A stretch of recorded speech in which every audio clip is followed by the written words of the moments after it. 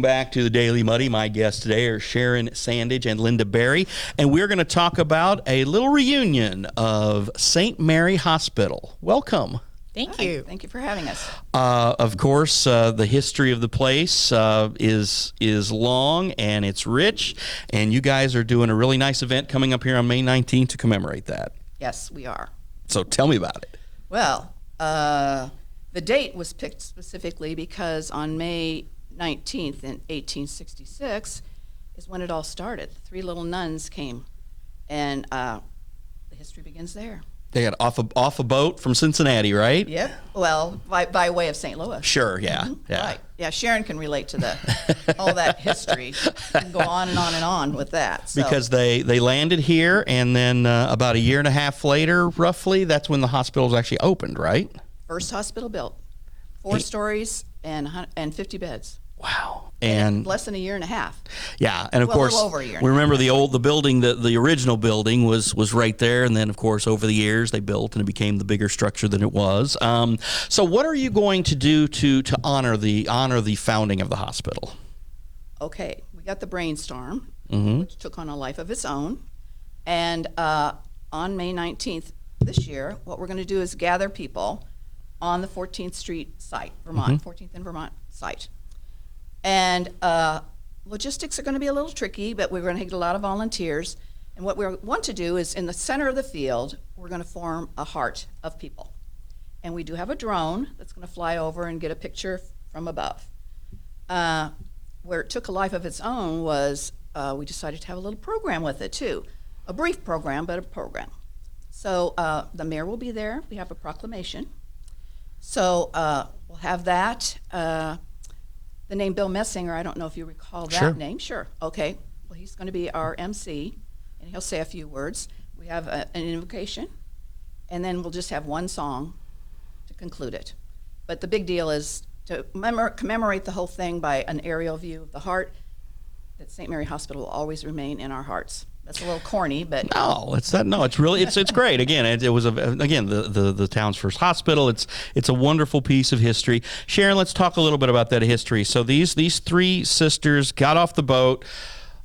How did they start a hospital? Well, how did they start a hospital? Well, I have to maybe take you back just a little bit further and looking at what was going on here in Quincy. The end of the Civil War was coming, and there was a priest here, Father Schaefermeyer, and he realized that there was not adequate needs to meet the people's when these hospitals would leave, because all there was a city infirmary. So he went and asked the sisters, now I have to say this close, the Sisters of the Poor of St. Francis, that's what their original name was, asked them if they would come and build a hospital, but their resources were rather slim, and it took another priest to go a second time and ask, and again, finally, they said yes, they would come. And so they sent these 3 sisters, Sister Yeshiba, Sister Anna, and Sister Elizabeth, who arrived here on the eve of Pentecost and stepped off of that boat and into the city of Quincy. From there, they lived in a little house across from St. Aloysius's orphanage, and that was called their little house on the prairie. And they actually did services there for the poor, the needy, and the sick until they could establish a temporary location, which was the Bishop's House on 8th and Vermont, which you might know that is even another building once upon a time. It would have been the former Notre Dame way back in the day. Yeah. And when the sisters came and took that over, Sisters of Notre Dame, then they moved one more time, and that was to St. Boniface Church. And so it was October 25th, 1867 that they dedicated that particular hospital. From there are 5, I'm going to call them major additions that were made to that hospital. And over the years, those additions were added to see to the technology changes that were needed, the increase in the number of beds and so forth, and just meeting many other needs besides what just came out of that particular hospital or institution. And again, that facility, of course, was like we were talking beforehand. I'm from the area. My brother was born there, but I moved to Quincy full time in late 1990. And of course, then just a couple years later is when they had the merger, and then eventually, now that it's now a lot that Blessing still owns. But you said Blessing is very supportive of what you guys are doing this weekend. So. Appreciate that. And talk a little bit about again, when we're talking about trying to schedule an event in basically a wide open lot in May. You can have a tent. You might want to. Yeah. After yesterday, it's like, oh, maybe we need to rethink this. Yeah. That's why we kind of picked later in the day, Sure. which doesn't really mean anything in Quincy, Illinois, in the Midwest. But anyway, and it's not going to be that long. So we're hoping that weather will cooperate. We do have a rain date of the following Monday, which would be May 22nd. Okay. If weather does not cooperate.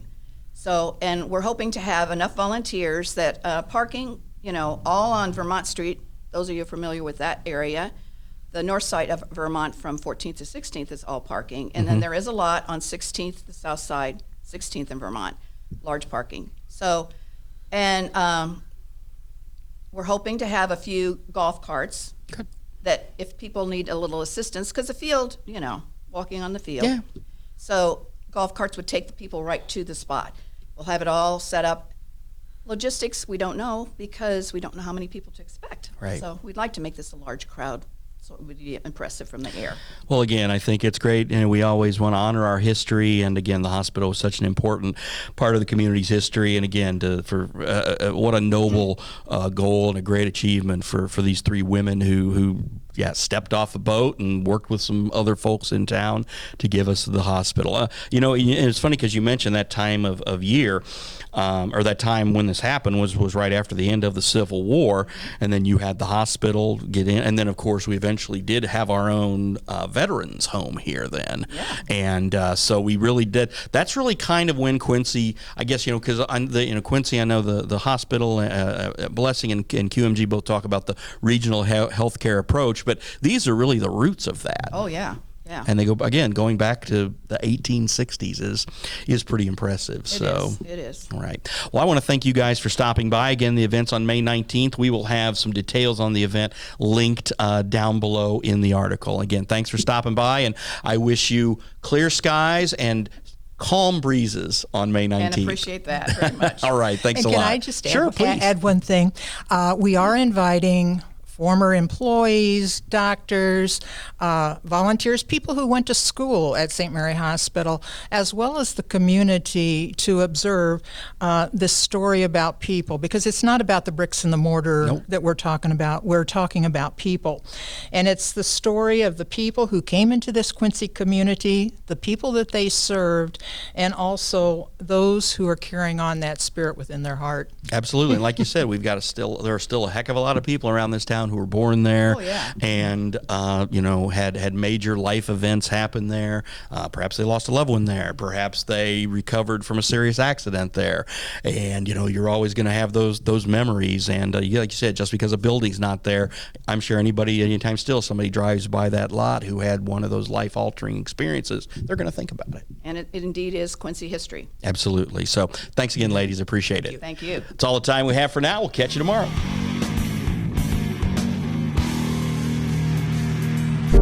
Muddy River News.